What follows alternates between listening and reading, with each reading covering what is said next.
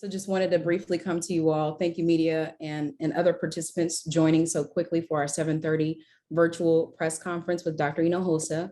Again, he will offer comments in both English and Spanish. And with that, at 7:30, we'll go ahead and turn it over to our superintendent, Dr. Michael Hinojosa. Thank you, Robin. Thank you for setting it up. And I think we're all going to be ready to pivot at any moment, because I've been in consultation with my attorneys this afternoon ever since the ruling came out.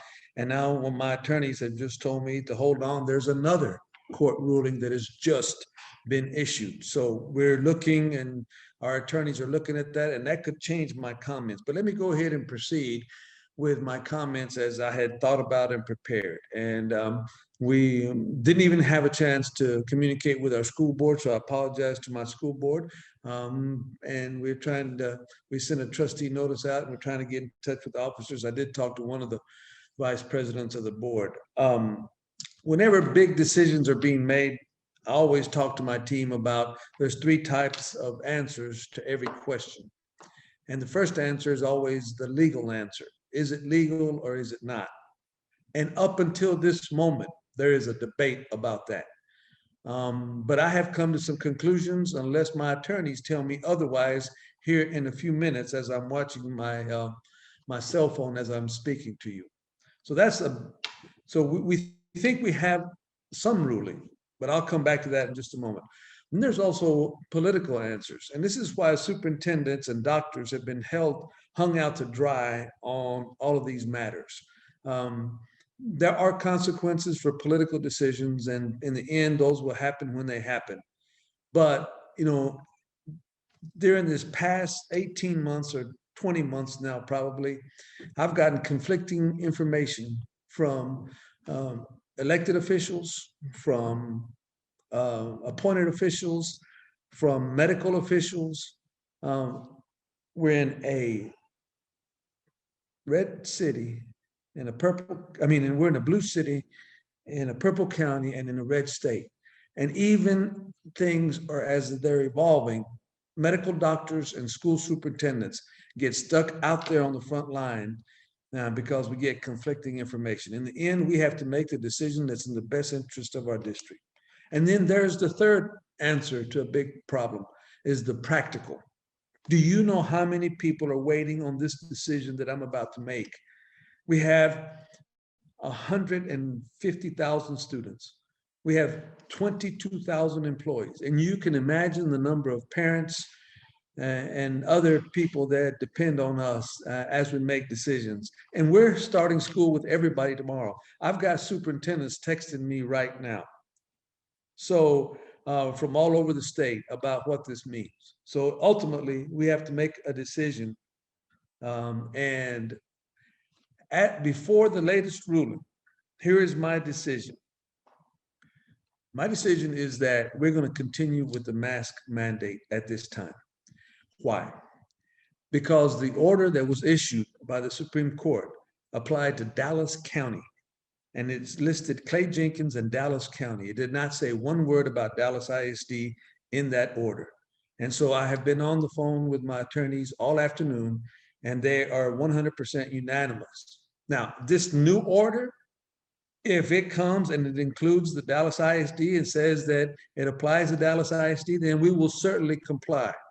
But at this time, I have not been given that information that it does. Some of you are reading it real time right now. You may be knowing more than I know. But at this time, we're going to continue with our mask mandate to keep students safe, to keep parents safe, to keep families safe, and most importantly, our teachers who are on those front lines. And I'm so proud of this district, because when I issued the mask mandate last Monday for Tuesday, we had over 20,000 students that were in schools, and we have not had one challenge. Now, tomorrow we're going to have a lot more, and we may have some challenges, and we're going to be benevolent. We're going to work with people. We're going to offer a mask, but we are going to be firm. We have to protect the health and safety of our students. And until there's an official order of the court that applies to the Dallas Independent School District, we will continue to have the mask mandate. Now, what this means is now don't have cover of Clay Jenkins and the county. So therefore, I've just been notified by my attorneys that there is no new order. It was a false alarm. It's the same as the one before. So therefore, that's my story and I'm sticking to it. So we are going to have the mask mandate tomorrow. We're going to be benevolent. We're going to be nice, but we're going to be firm and we're going to enforce it. Now, I know that some of you may have questions, so someone's going to help me with the questions. I'm ready to take any questions that we may have at this point. Start with Matt Howerton, and then we'll go to Sophia Beausoleil. Yeah, Superintendent Hinojosa, if you don't mind, can you tell me, or is two-pronged question here, is Dallas ISD involved in any current litigation involving masks with the state? And does it intend to go rogue until the state sues them or Governor Abbott gets involved to stop you guys from implementing your mask mandate? Well, we are currently not involved in any litigation. What will we do? We will continue to do what's in the best interest of our students, safety-wise, until we're told that we cannot by a court. And so we're going to continue to move forward until we're told that we cannot. Thanks, Matt. Sophia Beausoleil, and then Bill Ziebel. Good evening, Dr. Hinojosa. Thank you so much for taking my question.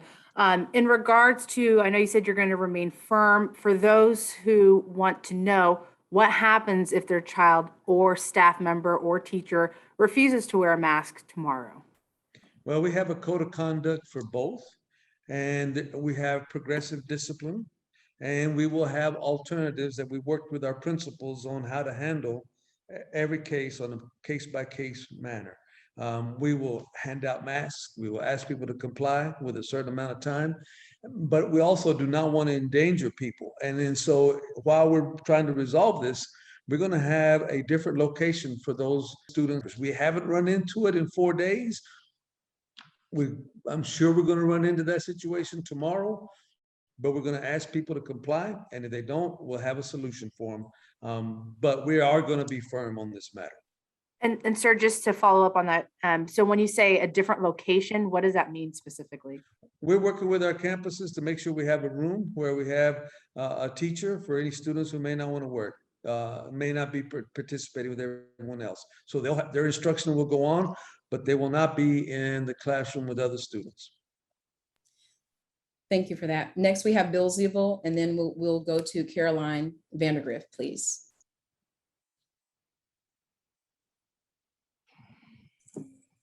Superintendent? Hey, Bill, how you doing? Good. Hey, I know that it's a tough call, and I know that you've asked for people to get vaccinated and wear masks, mandate or not. And I'm wondering what difference it makes when you issue a mandate or you don't issue a mandate. Aren't parents making a decision on their own every day anyway? I mean, if they really didn't want to do it, they might not do it. And if they really want to, they will, whether there's a mandate or not. I'm wondering what difference you think it makes. Well, thanks for the question, Bill. I'm responsible for everyone who's there, and school attendance is compulsory. So there may be some people who don't want to do it, but they cannot be with people who have to be at school, and they don't have that option. And we got pinned in here because the state did not pass a virtual bill. We had another option that we're working up to get ready for August the 24th, where we'll have a virtual option for some families. So at least but we're so far behind academically right now, we can't afford to lose any more time.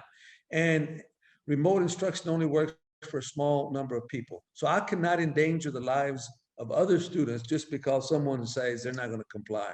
So that's why we decided to go this direction. And the vaccine is, a lot of people have documented that they have the vaccine, and we do appreciate that. We've done that incentive, and we'll continue to move forward with that incentive. Next, we'll have Caroline Vandergrift, and then Andrea Rega and Emily Donaldson. Hi there, thanks for taking the question. Superintendent, you mentioned that you feel like superintendents have been hung out to dry on this issue. How frustrated are you that, the majority of kids are going back to school tomorrow and we're still really caught in this political back and forth, now legal back and forth on this issue? Yeah, I'm very proud of the superintendents that I work with on a daily basis. They're warriors. And a lot of people don't realize that at one time this year, 8 of the 15 largest districts in America lost their superintendent. And many of the others have had a superintendent for only 2 or 3 years. And of course, it's in the urban situation where you have a lot of this volatility. And we're just trying to make the best decision for our staff, students. None of us have been trained for this. None of this, there's no playbook for how to handle this. That's why we have to depend on each other. And it is heartbreaking to see people's careers end when we get such mixed messages all the time. And then we just have to make the call, and then we're held accountable. Nobody wants a whiner. No, people want a problem solver. We get it. That's part of the job, but it has had a casualty. And then also the unprofessionalism that some superintendents have had to face. Luckily, I haven't faced any of that, but there've just been some very unprofessional people as to how they've approached this whole matter. I get it. We're dealing with people's 2 most prized possessions, their money and their children. So people going to have a strong opinion, but there has to be some kind of civil discourse in this whole matter. Next, we'll have Emily Donaldson, then Bethany Erickson, and we'll come back to Andrea. Hey, Superintendent, can you hear me? Yes. Great. I'm wondering what your understanding is of the repercussions for violating the. I think you cut off, but I think I understood the question. Right now, the penalty for violating the governor's order is $1,000. We don't know if that's per day, per event, per day, per student. It just says it's $1,000. Now, let me be very clear. If this court order then applies, then we will comply. I'm not going, after a court rules, then I will comply if it's not in my favor. But right now, since we're not in the order and we're not in the situation with the county, then it would be $1,000 fine. Bethany, if you're able to come off of mute. Yes, I think, can you hear me now? Okay, we Yes. can hear you. Okay. Thank you. Thank you. When I was sitting in Judge Jenkins' press conference on Friday, one of the attorneys mentioned that we had asked about the back and forth nature that this appeal process could take. What do you see? How do you see the district responding as this could very well, as he said, be a mask on, mask off type situation? How do you see the district responding if it does end up being that kind of thing? Well, that's a great question, Bethany, because, I think we've won in the court of public opinion, but that's not the court that counts. The Supreme Court will ultimately deal on this, make a decision on this matter, and we will comply with whatever that final decision is. But until that time, I think that we're going to do everything in our power to protect these students and staff and family members. And this will come to an end. It's just a shame that as we're coming back to school, that we're dealing with these kind of matters. And but I do appreciate the support that we've received from the community regarding this whole matter. And if we lose, we lose. But until we're told that we lost, we're going to keep moving forward. Oh, Peyton Yeager with Fox 4. Hi, can you hear me? Thank you so much, Dr. Hinojosa. I just wanted to ask a question at the end. I'm on Twitter right now, refreshing every 5 seconds, and other school districts nearby are now saying they're going to go back to optional. Why are you staying so headstrong as opposed to these other districts are now going to optional after this ruling? Well, it's part of the advice I got from these great attorneys that have been working on this nonstop. It is very clear if you read the order, there is nothing about school districts in this order. So why would I back off now? We've gone, sometimes you just have to be willing to take the criticism that you might get. And I know it's difficult. And in our community, it's the right thing to do. Everybody has their own context. As I described our county, other people are getting a lot of pressure from other people.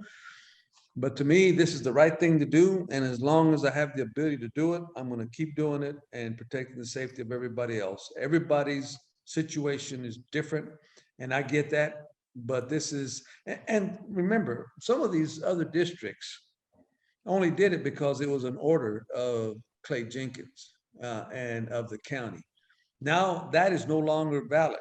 We did it because we thought it was the right thing to do from the beginning.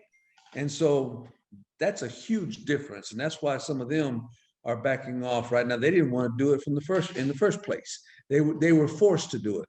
I was not forced to do this. I chose to do this because I think it's in the best interest of the Dallas Independent School District. Thank you, Robin. Thank all of my staff members who helped put this together at the last minute. Stay tuned. This is not over. And I want to thank the board for their patience on this, but I also want to say that we will comply when the court order applies to us. So thanks again. Everybody have a good evening. Get some rest. Go to bed early. Those kids got to be in school, smiling tomorrow morning. Thank you. We're completed. Thank you.